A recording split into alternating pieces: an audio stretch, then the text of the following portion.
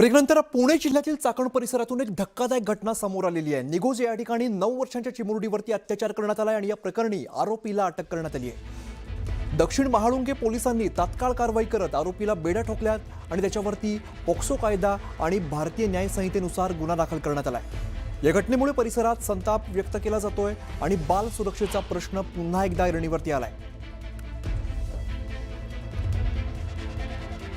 आमचे प्रतिनिधी सचिन तोडकर सध्या आपल्यासोबत आहेत, त्यांच्याकडे आपण जाऊया। सचिन, आपण बघतोय पुन्हा एकदा अशाच पद्धतीची बातमी समोर येते। चाकण परिसरातून धक्कादायक बातमी, 9 वर्षांच्या चिमुरडीवरती अत्याचार केल्याची माहिती समोर येते।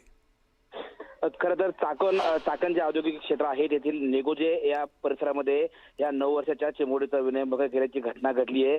आरोपी जो आहे तस्लीम मलिक अली याने ही जी पीडित मुलगी आहे ही जिन्यावरून जात असताना तिचा हात पकडून तिच्याशी अश्लील चाळे केले।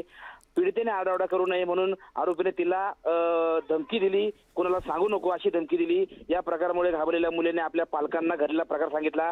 त्यानंतर पीडितेच्या आईने तत्काळ पोलीस ठाणे गाठून तक्रार दिली आहे आणि पोलिसांनी जे आहे त्या आरोपीला अटक केली आहे आणि त्या आरोपीवरती भारतीय न्याय संहिता आणि पॉस्को अंतर्गत गंभीर गुन्हा दाखल केलाय। या घटनेमुळे परिसरामध्ये खळबळ उडाली आहे। खरं तर आपण पाहतोय गेल्या 2 दिवसांपासून पुणे जिल्ह्यातील नसरापूर असेल किंवा चाकण असेल, चाकण परिसर असेल, या परिसरामध्ये वारंवार अशा या घटना घडतायत। मोठा जनप्रक्षोभ काल पुण्यामध्ये उसळलेला पाहायला मिळाला। अशाही परिस्थितीमध्ये हे गुन्ह्यांचे जे प्रकार आहेत हे उघडकीस येत आहेत। त्यामुळे कुठेतरी या संपूर्ण परिसरामध्ये कायदा आणि सुरक्षेचा गंभीर प्रश्न निर्माण झालेला पाहायला मिळत आहे। स्टुडिओ।